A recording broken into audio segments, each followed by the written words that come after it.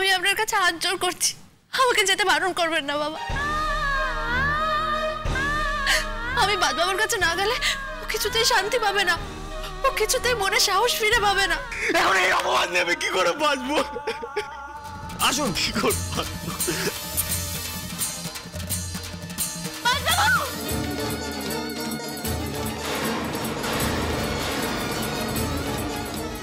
কিভাবে? আরে রিবু, কেন এরকম করছো? বাদবাবু, বাদবাবু না না না, বাদবাবু এরকম করো না তুমি। আমি তোমার পায়ে পড়ছি। রিবু, রিবু খেপাবো করিস না, রিবু খেপাবো করিস না। কেন এইভাবে নিজে সর্বনাশ করছিস? আমি আর বাঁচতে চাই না বাবা, আমি আর বাঁচতে চাই না। এই অপবাদ নিয়ে আমি কি করে বাঁচবো বলো? আমার আমার আর বেঁচে থাকা সম্ভব নয় বাবা। আমি আমি মরে যাবো, আমি মরে যাবো। না বাদবাবু, এরকম বলো না। কি বলছো তুমি? পাগল হয়ে গেছো? কেন এরকম করছো? এই রিবু, আরে কি হচ্ছে নাকি? তুই যদি এভাবে হাল ছেড়ে দিস আমরা লড়বো কি করে তোর হয়ে? শান্ত, এরকম করো না, দোহাই তোমার, এরকম করো না। সরে যান আপনারা, সরে যান, সরে যান। এই চট করে খোলো তো লকআপটা।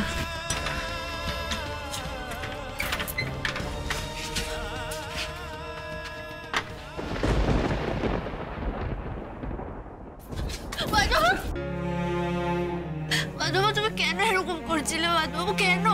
জয়, জয় আমি পরাজিত, আমি হেরে গেছি জয়, আমি শেষ হয়ে গেছি জয়। চুপ করো। কে বলেছে? কে বলেছে তুমি হেরে গেছো? আমরা সবাই তো তোমার পাশে আছি, তোমাকে বিশ্বাস করি। তুমি দেখো, আজ না হোক কাল ঠিক সত্যিটা সবার সামনে আসবে। তুমি কোনো চিন্তা করো না বাদবাবু। আচ্ছা অফিসার, বলছি যে তো কপাল ফেটে রক্ত বেরোচ্ছে, ফার্স্ট এড বক্স নেই? এই চট করে ফার্স্ট এড বক্সটা নিয়ে এসো তো। Yes sir.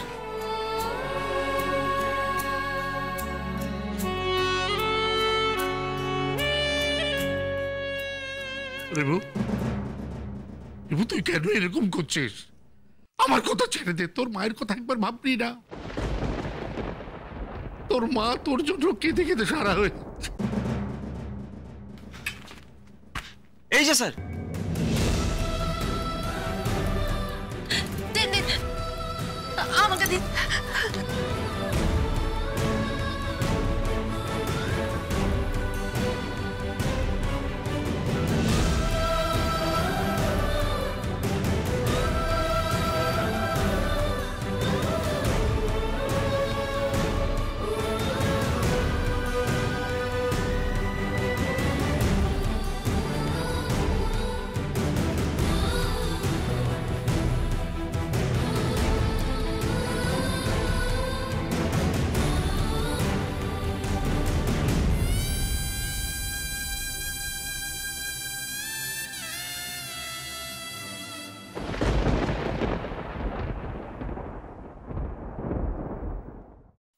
দেখুন, আর এখানে আপনাদের আমি অ্যালাউ করতে পারছি না। আপনারা প্লিজ চলে যান। আপনারা থাকলে উনি সেন্টিমেন্টাল হয়ে পড়বেন, আবার এরকম কিছু ঘটিয়ে ফেলবেন। কিন্তু স্যার, আমি তোর বাড়ির লোক, কেন আপনি আমাদের থাকতে দিচ্ছেন না? দেখুন, আমাদের ওর সঙ্গে কথা বলাটা দরকার। না জয়, চলে যাও, তোমরা চলে যাও, বাড়িতে চলে যাও, যাও। রেবু, ছোট বৌমা ঠিক কথাই বলেছে, আমার তোর কাছ থেকে সব কথা জানা দরকার। তুই কিচ্ছু চিন্তা করিস না, বড় উকিল দাঁড় করাবো, কোর্ট থেকে তোর জন্য জামিন নেওয়া বই, কালকেই তোকে ছাড়িয়ে নিয়ে যাবো। রিবু, আমরা কেউ এই অভিযোগে বিশ্বাস করি না, বাড়ির কেউ না। তুই আমার উপর ভরসা রাখ, সত্যি কথা বলছি আমি। বাদবাবু, বাদবাবু, তুমি জানো তোমাকে কে ফাঁসিয়েছে? তুমি জানো? সুকুমার। এই সবকিছু সুকুমারের প্ল্যান অনুযায়ী হয়েছে? হ্যাঁ বাদবাবু, এই সব চক্রান্তের মূলে রয়েছে ওই সুকুমার।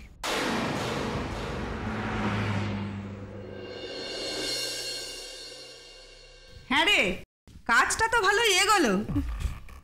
তা তো এগুলো তো এত ঝুঁকি নিয়ে কাজটা যে করলি, সুকুমার তোকে যেই টাকাটা দেবে বলেছিল সেটা ঠিক মতন পেয়েছিস? চুপ, আস্তে কথা বলো। বাইরে দুটো কনস্টেবল দাঁড়িয়েছে, মাথাটা কি খারাপ হয়ে গেছে নাকি? হ্যাঁ ভাই, আমার অভিনয় কিন্তু কোনো কথা হবে না। ওসি একেবারে আমার অভিনয় দেখে গলে জল হয়ে গেল। আমার কথা শুনে আমার সিকিউরিটির কথা ভেবে এটা কনস্টেবলকে পাঠিয়ে দিলা। আচ্ছা ওসব কথা ছাড়, যে কথাটা জিজ্ঞাসা করছিস সেটা বল। টাকা পয়সা কিছু পেয়েছিস? যদি পেয়ে থাকিস ওটা বাড়ির থেকে সরিয়ে দে। ওনা যদি টের পায় না, তোর থেকে সব টাকা ছিনিয়ে নেবে। আমাদেরকে তোর হাত থেকে বাঁচতে হবে নাকি? তুমিও যেমন মা, ওর কটা চোখ জানো ঠিক তককে তককে ছিল, হাজির হয়ে গেছে। ঘনা এখানেও হাজির হয়ে গেছে। এ কথা তুই সুকুমারকে বলেছিস? কি হবে বলে, লাভটা কি? আসলে সুকুমারের তো অনেক ক্ষমতা টমতা আছে, সুকুমারকে বলে ওকে একটু টাইট দেওয়া যায় না? আরে মা, তার কার ফোন এলো দেখি। আরে বাস, ছেলে তো বহুদিন বাঁচবে। হ্যাঁ, কে ফোন করেছে? সুকুমার নাকি? দাঁড়া দাঁড়া, কথা বলতে থাক। হ্যাঁ বস বলো। স্যার, আপনি সুকুমারকে ডেকে জিজ্ঞাসাবাদ করে দেখুন, সব সত্যিটা বেরিয়ে যাবে। আমাদের কি আর কোনো কাজ নেই? আপনি যার নামে অভিযোগ করবেন তাকেই ডেকে এনে জিজ্ঞাসাবাদ করব? আচ্ছা, আপনারা ভাবেন কি পুলিশকে? বিশ্বাস করুন স্যার, আমি এত সহজে চিড়ে ভিজবে না। থানায় এসে সবাই প্রমাণ করতে চায় সে বড় ইনোসেন্ট। অন্য কেউ চক্রান্ত করে তাকে ফাটানোর চেষ্টা করছে। না না স্যার, স্যার ওই সুকুমার ছেলেটা কিছুদিন আগেই আমাদের পরিবারে উনি তো শুধু একটা নাম বলে দিলেন, অমল, বিমল, কমল, তাতে কোনো লাভ নেই। ওই সুকুমার না কি যেন একটা নাম বললেন, সেই যে এই সবকিছুর মূলে, তার কি কোনো প্রমাণ আছে আপনাদের কাছে? না মানে প্রমাণ তো এখন কিছু নেই। ব্যাস ব্যাস ব্যাস, যা বোঝার আমি বুঝে নিয়েছি। আমি জানতাম আপনারা আমাদের মুখের কথা বিশ্বাস করবে না। প্রমাণ না পেলে কোনো প্রমাণ আমি জোগাড় করব। তাহলে তার কোনো কথাই আসছে না। আচ্ছা, শুনলাম আপনারা নাকি বড় উকিল ধরবেন। তো হ্যাঁ, উকিল বাবুকে বলবেন প্রমাণটা কোর্টে পেশ করতে, তাহলে তো উনি জামিন পেয়ে যাবেন আর কি। কিন্তু আপাতত আপনাদের আর আমি অ্যালাউ করতে পারছি না। প্লিজ আপনারা এখান থেকে চলে যান। জয়, যাও, তোমরা এখন চলে যাও। আমি বুঝতে পারছি আমি যে নির্দোষ সেটা আর কেউ বিশ্বাস করবে না। ওই নোংরা সুকুমার নিজের অপমানের বদলা নেওয়ার জন্য আমাকে এভাবে ফাঁসালো। আচ্ছা বাবা, আমি তো আর মুখ তুলে কারোর সামনে দাঁড়াতেই পারবো না। চলে যাও তোমরা। রিবু, আমি তোকে বারবার বলছি, তুই প্লিজ এভাবে ভেঙে পড়িস না। তুই জামিন পাবি, কাল সকালেই জামিন পাবি। রেবু, তোকে এইভাবে ভেঙে পড়তে দেখে আমার বুকটা ভেঙে যাচ্ছে। তুই আমার ছোট ছেলে বলে আমি সারা জীবন চেয়েছি যেন তোর উপর কোনো আঘাত না আসে। আমি তোকে কথা দিচ্ছি, কালকে কোর্টে বড় উকিল দাঁড় করিয়ে তোকে জামিন করিয়ে বাড়ি ফিরিয়ে নিয়ে যাব। আমি আসছি।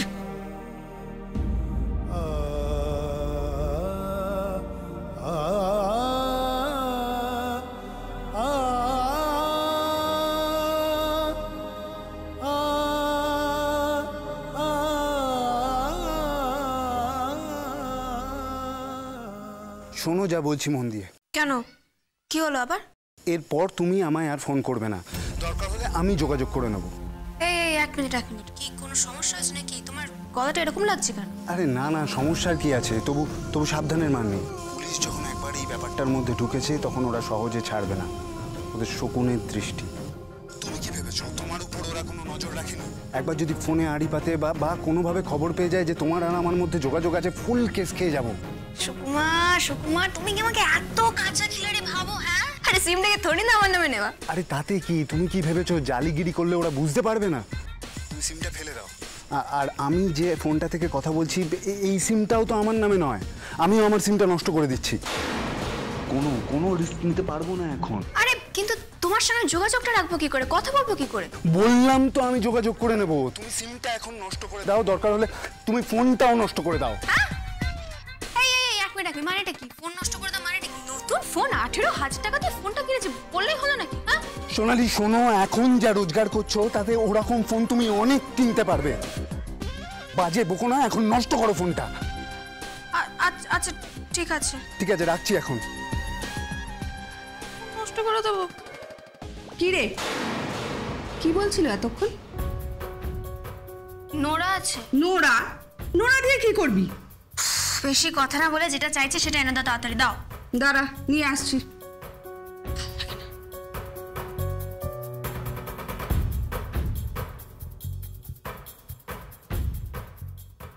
এই নে, ধর তোর নোরা।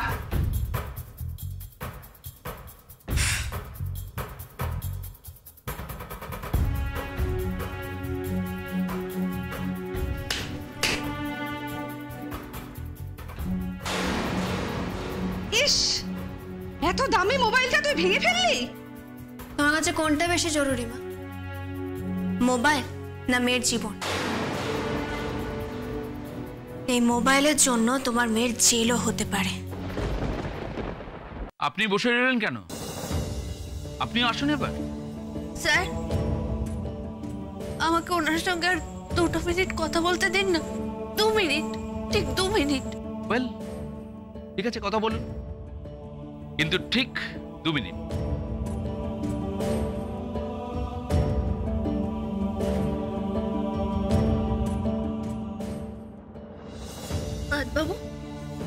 বাবু, আমি জানি তুমি কি ভাবছো। তোমার মতো একজন ভালো মানুষের সাথে কেন এরকম হলো। বাবু, তুমি কোনো চিন্তা করো না, আজ না হোক কাল সত্যিটা সবার সামনে প্রকাশ পাবেই। তুমি কোনো চিন্তা করো না, আমরা সবাই তো তোমার পাশে আছি, বলো। কিন্তু বাবু, তুমি আমাকে কথা দাও, তুমি একটু আগে যা করছিলে তুমি আর কোনোদিনও করবে না। তুমি নিজের ক্ষতি কোনোদিনও করবে না, কখনো না। কথা দাও বলছি। না, আমি এভাবে কোনো কথা দিতে পারছি না, সরি। কথা তোমাকে দিতেই হবে, না হলে আমি ভাববো তুমি আমার উপরে ভরসা হারিয়েছো। হ্যাঁ, কথা দাও বলছি, কথা দাও। বেশ, কথা দিলাম তোমাকে, আমি নিজেকে ঠিক রাখার চেষ্টা করব। কিন্তু তুমি এখন চলে যাও, বাড়ি চলে যাও। যাও।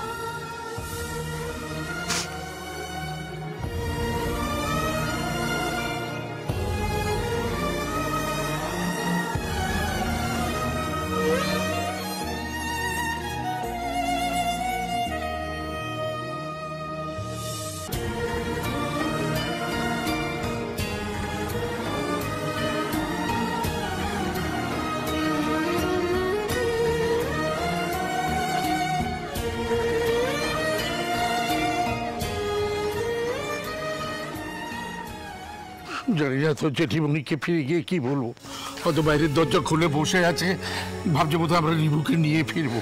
আচ্ছা জেঠুমণি, বলছি যে তুমি একবার বলেছিলে না যে তোমার বন্ধুর কি এক পরিচিত আছে বড় উকিল, আমরা তো ডিরেক্টলি তার কাছে যেতে পারি। হ্যাঁ, যেতে তো পারি, কিন্তু সে তো এখন কেসের জন্য দিল্লিতে গিয়ে বসে আছে। আমি অর্জুনকে বারবার বললাম যদি ওর কোনো জানাশোনা উকিল থাকে তাহলে যেন ফোন করে তার সঙ্গে কথা বলে নেয়, আর ও বাড়িতে না গিয়ে যেন এখানে সরাসরি থানাতে চলে আসে। সেও তো এলো না। দাঁড়াও, আমি দেখছি।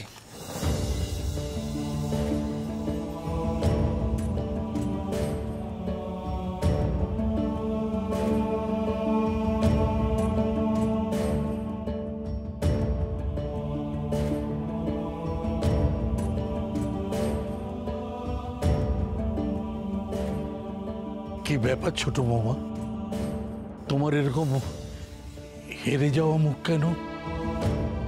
না না, এটা তো ঠিক না, তুমি একজন স্পোর্টস ওম্যান। না বাবা, আমি ঠিক আছি। বাদবাবুকে না কিছুতেই হারতে দেওয়া যাবে না। ও মন থেকে সব বিশ্বাস হারিয়ে ফেলেছে, সেটা ওকে ফিরিয়ে দিতে হবে। ঠিক, একদম ঠিক কথা বলেছো। জেঠুমণি, দেখো না, বড়দাকে তখন থেকে ফোন করছি, রিং হচ্ছে কিন্তু কিছুতেই ফোন তুলছে না। কি হলো কৃষ্ণা, ফোনটা বাজছে শুনতে পাচ্ছ না? দাও ওটা। আরে বাবা, বাবা এমনিতেই আমাকে বলেছিল সরাসরি থানায় যেতে, সে তো যেতে পারেনি। এখন ফোনটা না ধরলে তো। ফোন ধরতে হবে না। ফোন ধরতে হবে না মানে? সব কি বলছো কি তুমি? যা, ফোনটা তো কেটেই গেল। আচ্ছা কৃষ্ণা, আমার ভাইকে থানায় ধরে নিয়ে গেছে, আমার বাবা অন্যান্য ভাইরা দৌড়োদৌড়ি করছে, আর আমি বড় ছেলে হয়ে ঘরের কোণে চুপ করে বসে থাকবো? থাকবে। শোনো, কখনো কখনো না গা বাঁচিয়ে চলতে হয়। কত মানুষ করবো তোমাকে আর বলো তো? কৃষ্ণা! অর্জুন, আমি তোমাকে খুব ভালো করে একটা কথা বলে রাখি, এই যে কেসটা হয়েছে না, এটা কিন্তু মোটেই কোনো ছোটখাটো কেস নয়। হ্যাঁ, আমি তখন বাড়িতে ছিলাম না, কিন্তু বাড়িতে ফিরে এসে আমি সব শুনেছি। ওই মেয়েটা সমস্ত প্রমাণ সঙ্গে নিয়ে তারপরেই কিন্তু এসেছিল এই বাড়িতে। এইসবের মধ্যে তুমি একদম জড়িও। তুই আরেকবার অর্জুনকে ফোন করে দেখ তো দেখি। আমার মনে হচ্ছে মোবাইলটার মধ্যে সাইলেন্ট করে রেখেছে। উকিলের সঙ্গে কথা বললো কিনা সেটা তো বুঝতে পারছি না। দেখ দেখ দেখ দেখ। হ্যাঁ, দেখছি দেখছি।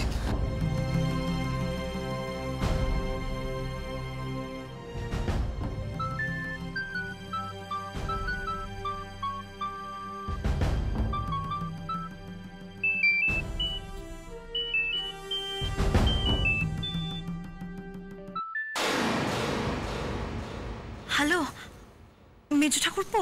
হ্যালো বড় বৌদি, বড়দা কোথায়? বড়দার তো এখানে আসার কথা ছিল, রিবুর জন্য উকিল ঠিক করার কথা ছিল। হ্যাঁ, কি হলো জানো, হঠাৎ তোমার বড়দা ভাই বাড়ি থেকে বেরোতে যাচ্ছিল, আর তখনই মাথা ঘুরে পড়ে গেল। সে কি? কি করে হলো এটা? কেন হলো?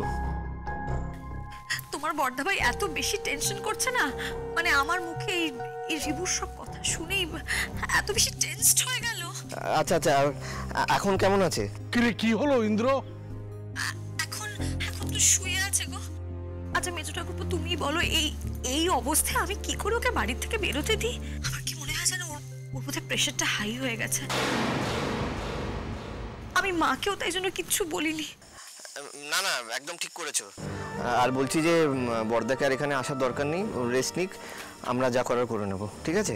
ঠিক আছে গো। শোনো না, বলছিলাম যে ছোট ঠাকুরপো কেমন আছে গো? মানে ও ও ও কি করছে এখন? পুলিশ ওকে খুব বেশি মারধর করেনি তো গো? না না, রিবু একদম ঠিক আছে, তোমাদের চিন্তা করতে হবে না। বড়দাকে বলো রেস্ট নিতে, আমরা যা করার করে নিচ্ছি। হ্যাঁ, ঠিক আছে, রাখলাম গো, তোমরা সাবধানে থেকো। রাখছি।